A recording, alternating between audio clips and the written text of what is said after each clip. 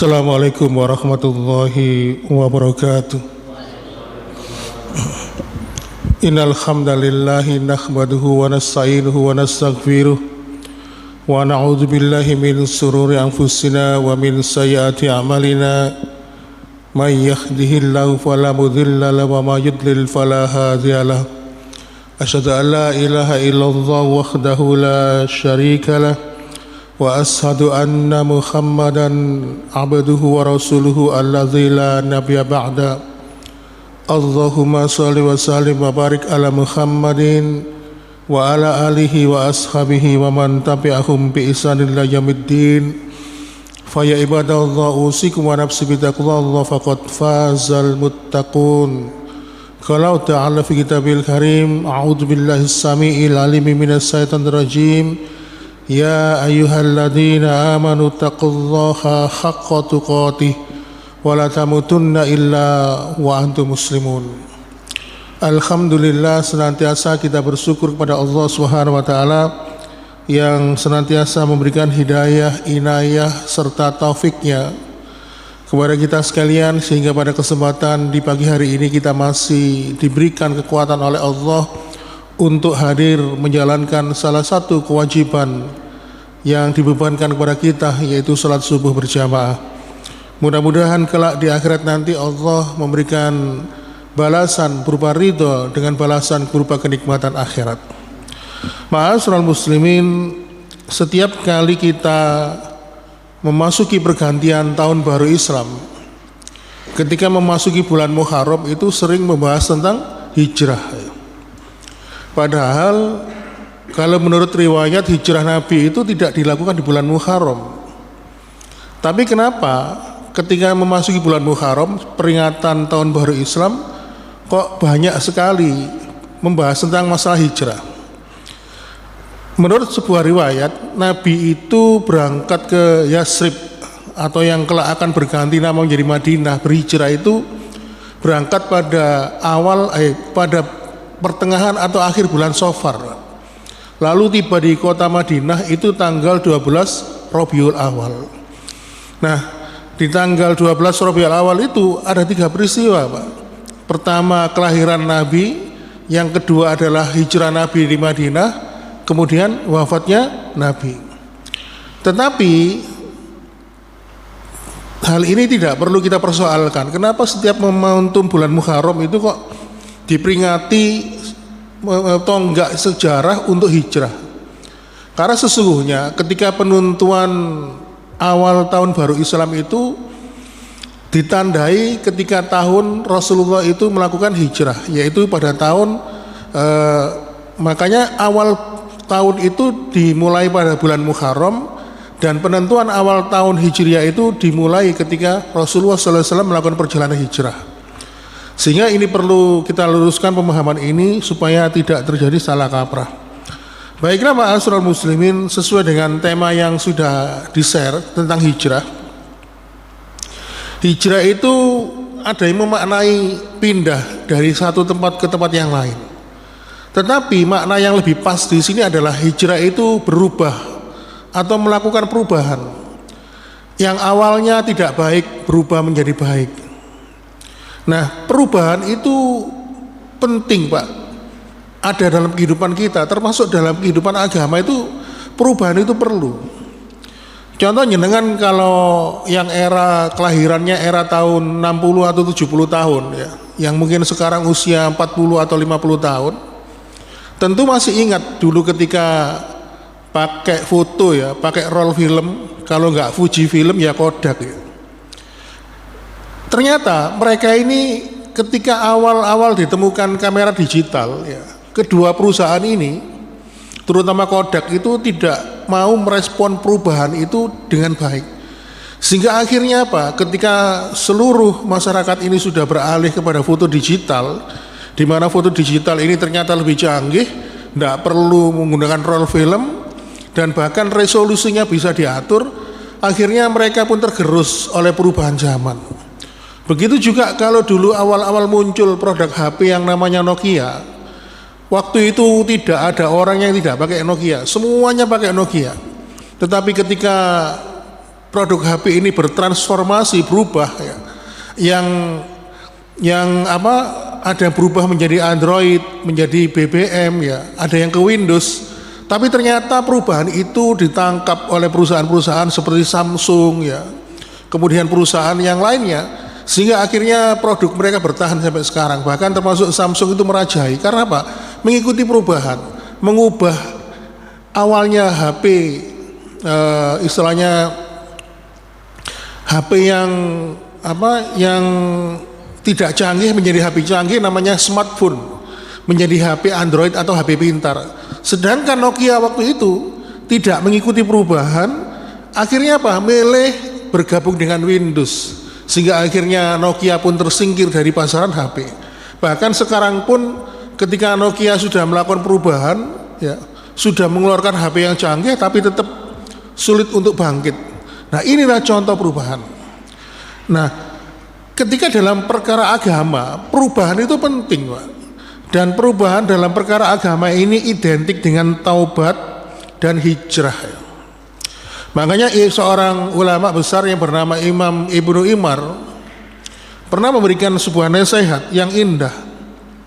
Siapapun yang candu dengan perbuatan dosa, maka Allah akan memberikan hukuman yang telak kepadanya, yaitu bagaimana dosa itu akan menjadi penutup harinya di dunia, mati dalam keadaan husnul khotimah. Sehingga akhirnya Imam Al-Qurtubi mengatakan orang yang hijrah itu akan mendapatkan kemuliaan. Contoh misalnya kisah seorang pembunuh. Dia datang, waktu ini kisah ini di zaman Nabi Musa ya. Ada seorang pembunuh datang ke seorang ulama Yahudi mengeluhkan, saya ini sudah membunuh jumlahnya sekitar 99 orang. Apakah ada pintu tobat untuk saya? Lalu sang ulama itu mengatakan, sungguh perbuatanmu sangat biadab sekali, dan perbuatanmu ini sudah tidak ada pintu ampunan untukmu. Akhirnya sang pembunuh ini emosi, tersinggung dengan ucapan sang ulama itu. Akhirnya dibunuhlah ulama itu, sehingga akhirnya genap, dia membuat rekor, telah menggenapkan membunuh jumlah sebanyak 100 orang. Lalu kemudian dia datang kepada seorang yang alim, lalu bertanya, saya telah membunuh orang jumlahnya 100 orang, apakah ada pintu ampunan untukku? Lalu sang alim itu menjawab, setinggi apapun dosamu, seluas apapun dosamu di lautan, pintu rahmat dan ampunan Allah jauh lebih luas dibandingkan dengan jumlah dosa-dosamu. Maka hendaklah engkau hijrah, tinggalkanlah kampung yang penuh durjana itu, pindahlah, hijrahlah kepada kampung, kepada orang-orang yang soleh. Akhirnya dengan niatan taubatan nasuha, sang pembunuh ini pun berjalan meninggalkan kampungnya yang dipenuhi dengan orang-orang durjana, menuju kepada kampung orang-orang soleh. Di tengah perjalanan Allah takdirkan sang pembunuh itu meninggal dunia, sehingga akhirnya turun dua malaikat, eker-ekeran Pak, saling berdebat, kira-kira dia ini matinya kena masuk neraka, masuk surga. Eker-ekeran, loh dia kan belum Akhirnya Allah menurunkan malaikat rahmat. Akhirnya secara bijak malaikat rahmat mengatakan, mari kita ukur jaraknya, lebih dekat mana jaraknya dia dari kampung durjana itu menuju kampung orang-orang soleh yang akan dia tuju. Ternyata jaraknya yang ditempuh oleh sang pembunuh itu lebih dekat kepada jarak kepada kampung yang akan dia tuju, yaitu kampungnya orang soleh. Sehingga akhirnya Allah pun memasukkannya ke dalam surga. Inilah hijrah Pak. Maka seseorang ketika mau hijrah itu akan mendapatkan kemuliaan dari Allah Subhanahu wa taala. Kemudian ada sebuah kisah lagi di zaman sahabat itu, ada seorang sahabat namanya Ma'is bin Malik. Suatu ketika dia ini datang kepada Rasulullah. Jadi Ma'is bin Malik ini termasuk pemuda yang baik dan dia sudah menikah. Lalu dia mengatakan kepada Rasul, ya Rasul, rajamlah aku. Loh kenapa? Aku telah berzina ya Rasulullah. Padahal syarat untuk mengetahui seseorang itu mendapatkan rajam, hukuman rajam itu harus ada dua orang yang menyaksikannya kalau laki-laki, dan menyaksikannya secara langsung ya. bukan lewat isu, bukan lewat gosip dan sebagainya. Maka ketika dia sudah menikah, maka hukumnya rajam. Tapi kalau dia belum menikah, dia dicambuk hingga beberapa kali cambukan. Bahkan ada riwayat mengatakan 100 kali cambukan. Tapi Ma'is bin Malik ini mengakui di depan Rasulullah, saya telah berzina ya Rasulullah. Maka tohirni, sucikanlah aku. Awalnya Rasulullah itu ndak yakin, masa sih kamu kok ngaku zina, padahal kamu ini kan orang baik-baik. Tapi Ma'is mengatakan, ya Rasulullah tohirni, sucikanlah aku. Akhirnya apa? Akhirnya Rasulullah akhirnya mengalah dan dia mengikuti permintaan dari Ma'is bin Malik sehingga akhirnya dirajam. Sehingga akhirnya turunlah sebuah keterangan yang menerangkan bahwa Ma'is bin Malik ini mendapatkan tempat berupa surga. Kemudian ada seorang ulama yang bernama Fudail bin Iyad. Dia itu mantan pembegal, mantan perampok yang sangat terkenal. Lalu kemudian dia bertobat ya, dan akhirnya menjadi seorang ulama yang besar. Kemudian ada juga ulama besar seperti Malik bin Dinar. Awalnya itu suka mabuk, minum minuman keras. Ketika berhijrah pun akhirnya apa? Dia menjadi seorang ulama yang bernama. Oleh karena itu ma'asyiral muslimin, hijrah dan taubat itu merubah manusia yang awalnya hina dina menjadi manusia yang mulia. Sebagaimana ketika ada ulat ya yang berubah akhirnya menjadi kepompong, setelah menjadi kepompong itu akhirnya berubah menjadi kupu-kupu yang indah, sehingga akhirnya banyak orang yang terpesona dengan kupu-kupu itu dan bahkan berusaha untuk menangkapnya. Tetapi ketika masih berbentuk ulat, banyak orang yang memandangnya hina, bahkan kalau bisa diusir karena apa? Menjijikkan. Ya. Tetapi ketika hijrah menjadi kupu-kupu yang indah ya, berterbangan di antara bunga ya, di antara dedaunan, maka kupu-kupu ini menjadi binatang yang menarik. Oleh karena itu ma'asyiral muslimin, ternyata setelah diteliti ya, ini kalau secara diteliti secara cermat ya, banyak juga orang yang telah hijrah ya, banyak juga orang setelah hijrah tidak mendapatkan pahala, tapi sebaliknya malah mendapatkan dosa. Ibaratnya ada orang yang hijrah ya, ibarat susu itu rusak karena susu itu tertetes oleh setitik nila. Apa yang saya maksud di sini? Ya, maksudnya di sini adalah ada orang yang punya komitmen untuk hijrah, tetapi dosa-dosanya itu masih menyertainya dalam perbuatan dosanya itu masih menyertainya dalam perjalanan hijrahnya. Bahkan dosanya ini ya, lebih besar dibandingkan sebelum dia hijrah. Oleh karena itu Allah Subhanahu wa taala berfirman di surat Muhammad di ayat ke-33, ya ayyuhalladzina amanu atiullaha wa atiur rasul wa la tubtilu a'malakum.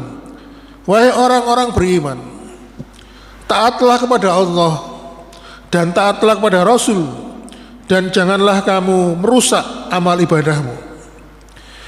Dikatakan di sini Allah mengatakan janganlah kamu merusak atau membatalkan amalmu. Berarti hijrah itu bisa batal tanpa kita sadari, Pak. Sebagaimana sholat ada pembatalnya, kentut ya, atau mungkin bicara, wudhu juga ada pembatalnya, Pak. Bahkan haji pun ada pembatalnya, Islam itu juga bisa batal, apalagi hijrah juga ada pembatalnya. Banyak orang yang kalau kita melihat fenomena akhir-akhir ini ya, banyak orang itu tidak menyadari ketika hijrah dia berubah menjadi awalnya tidak baik menjadi baik, ternyata hijrahnya itu bisa batal, Pak. Bahkan dia tidak menyadari karena telah berbuat kesalahan. Sebagaimana ketika Allah memberikan gambaran tentang kisah seorang wanita yang bernama Ritoh ya, di dalam surat An-Nahl ayat 92, wala takunu kalladzi naqadat ghuslaha mim ba'di quwatin ankasa. Dan janganlah kamu seperti seorang perempuan yang mengurai benangnya, di mana benang itu sudah dipintal menjadi kain dengan kuat lalu dicerai-beraikan. Jadi Rito ini di dalam kisah wanita di zaman sebelum Nabi Muhammad ini diceritakan ada seorang wanita yang cantik rupawan bernama Rito. Nah, Rito ini setiap hari itu mendapatkan datangnya jodoh yang ditunggu-tunggu. Tetapi karena dia ini spek yang diinginkan itu terlalu tinggi, sehingga ketika banyak jodoh yang niat melamarnya itu tidak sesuai dengan spesifikasi yang diharapkan. Hingga akhirnya banyak laki-laki yang minder. Kebetulan Rito ini wanita yang kaya raya, punya banyak harta. Sehingga akhirnya ketika jodoh itu tidak kunjung datang, sehingga akhirnya Rito ini mengalami putus asa. Nah, dia itu punya kegemaran memintal benang. Benang-benang itu dipintal menjadi kain ya. Sampai dia itu kumpulkan anak gadis tetangga rumahnya, dibayar untuk dia untuk memintal benang itu. Setelah menjadi kain yang indah, malam harinya oleh Rito diurai-urai, diberai-berai, dirusak kembali, dan kemudian itu berlangsung setiap hari. Pagi siangnya dia mengumpulkan anak gadis tetangganya untuk memintal benang, membuat sebuah kain yang indah. Malam harinya diurai, dicerai-beraikan sehingga rusak. Nah, ini bentuk salah satu keputusasaan seorang wanita yang bernama Rito. Sehingga akhirnya Allah mengatakan, janganlah kamu seperti seorang wanita yang memintal benang. Ketika benang itu sudah berubah menjadi kain yang indah, lalu dicerai-beraikannya dia. Artinya apa?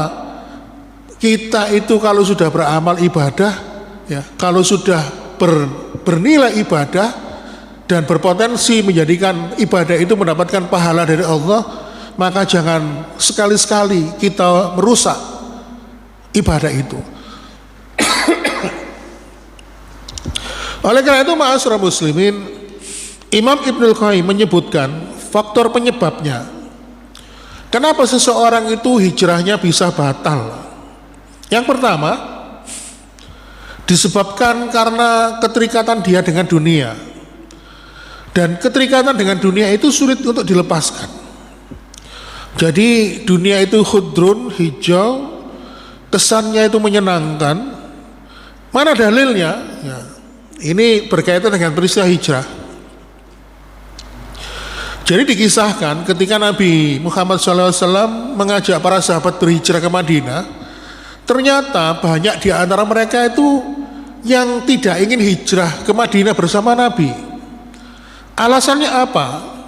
Mereka itu berpikir, kalau saya nanti hijrah, saya nanti di sana itu makan apa?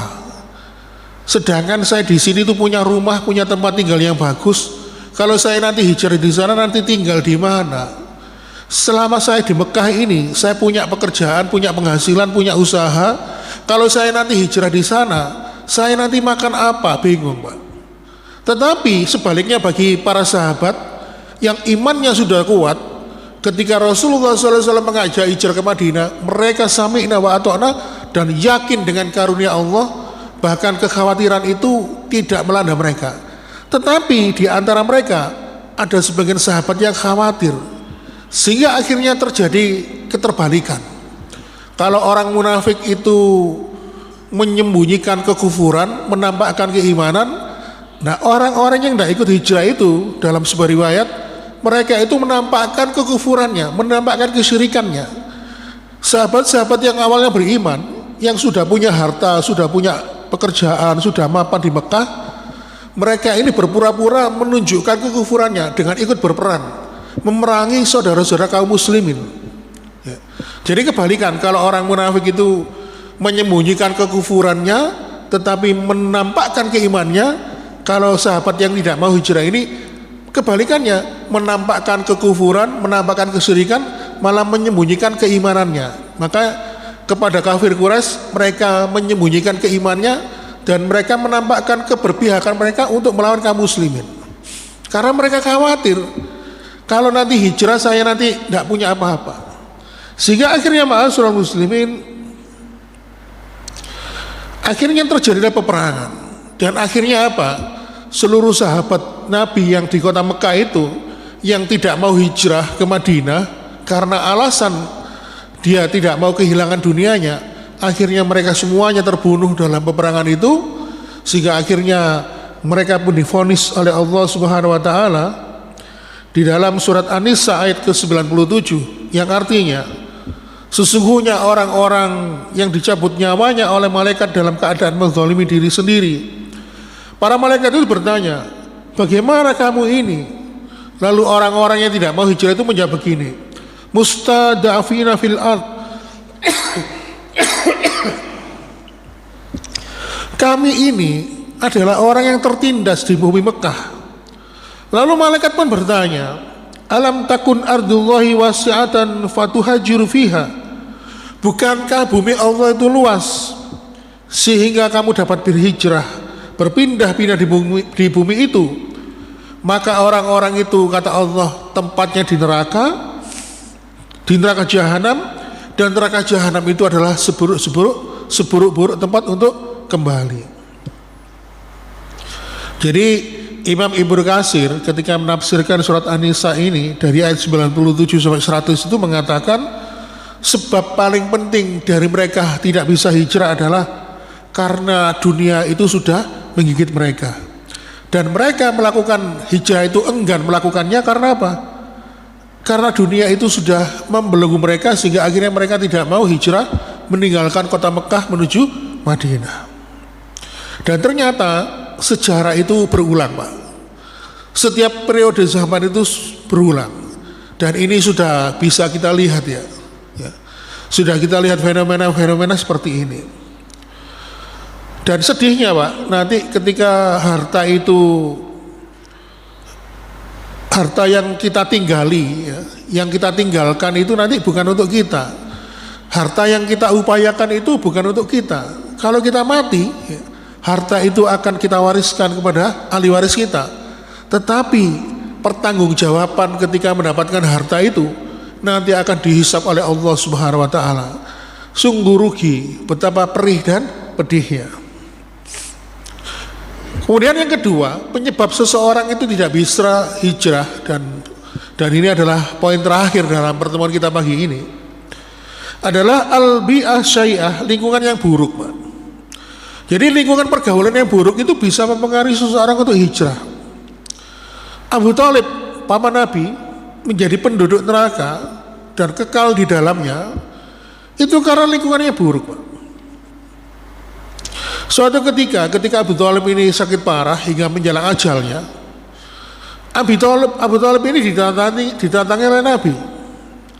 Kemudian Nabi mengatakan kepada pamannya, kulli kalimatan ihaju bika indallah, wahai pamanku, tolonglah ucapkanlah satu kalimat yang nanti dapat aku jadikan hujah di hadapan Allah. Tetapi ketika saat itu ada Abu Jahal yang berada di samping Abu Thalib, dan Abu Jahal mengatakan, emang kamu ingin mati meninggalkan ajaran nenek moyang kita?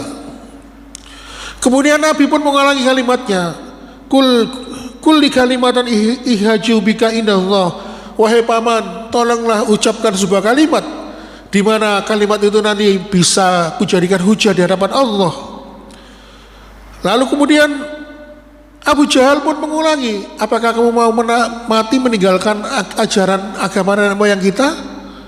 Dan ternyata paman Nabi yang bernama Abu Thalib itu lebih memilih ajaran dari nenek moyangnya, sehingga akhirnya dia mati dalam keadaan kekafiran dan kekal di dalam neraka. Itulah ma'asyiral muslimin pengaruh lingkungan yang buruk. Maka seseorang yang bisa hijrah pun bisa batal, bisa gagal karena lingkungannya tidak mendukung. Makanya seperti pembunuh tadi di awal pembahasan kita, seorang pembunuh dia meninggalkan lingkungan yang buruk. Sama orang alim disuruh meninggalkan lingkungan yang buruk supaya apa? Hijrahnya itu bisa sukses, bisa berhasil. Kemudian ada sebuah kisah lagi, seorang sahabat yang bernama Ubaidillah bin Jahsy. Dia itu pernah ikut hijrah bersama Nabi ke Habasyah yang pertama, ke Habasyah yang kedua, tetapi karena pergaulannya buruk, sehingga akhirnya Ubaidillah bin Jahsy ini bersama teman-temannya punya kegemaran minum minuman keras, sehingga akhirnya dia milih agama Nasrani. Karena di dalam agama Nasrani itu tidak ada larangan minum minuman keras ya. Sehingga akhirnya dia meninggal dalam keadaan murtad. Kemudian ma'asyiral muslimin wa subratal mu'minin rahimakumullah, inilah contoh hijrah. Kalau kita ingin hijrah kita berhasil, maka kita harus melepaskan dunia. Dan dunia itu kalau sudah mengakar di dalam hati, maka sulit seseorang itu untuk hijrah berubah dari arah yang lebih baik lagi. Dan kemudian hijrah itu perlu ditunjang dengan lingkungan yang baik. Karena apa? Lingkungan ini membantu kita. Karena namanya manusia Pak, itu punya hati dan perasaan. Hati dan perasaan itu bisa berubah ya. Maka kita senantiasa memohon kepada Allah, berdoa agar hijrah kita ini senantiasa diberikan kekuatan oleh Allah untuk istiqomah. Karena perkara istiqomah itu perkara yang penting dan perkara yang sulit. Karena seseorang ketika hijrah itu, setelah hijrah ujiannya adalah istiqomah. Apakah dia bisa seperti ini untuk selanjutnya, bahkan jauh lebih baik lagi. Inilah ma'asyiral muslimin momentum tahun baru Hijriyah, di mana tahun baru Hijriyah ini adalah momentum kita untuk hijrah, berubah dari yang lebih baik kepada yang lebih baik lagi. Makanya Rasulullah SAW mengatakan, seseorang itu kalau hari ini sama dengan hari kemarin, dia itu rugi. Tetapi kalau dia lebih buruk daripada hari kemarin, justru dia mengalami kehancuran. Maka seorang mukmin itu harus jauh lebih baik dari hari ke harinya. Demikian yang dapat kami sampaikan. Mohon maaf bila ada kekurangan. Kita tutup dengan doa kafaratul majelis. Subhanakallahumma wa bihamdika asyhadu an la ilaha illa anta astaghfiruka wa atubu ilaik. Wassalamualaikum warahmatullahi wabarakatuh.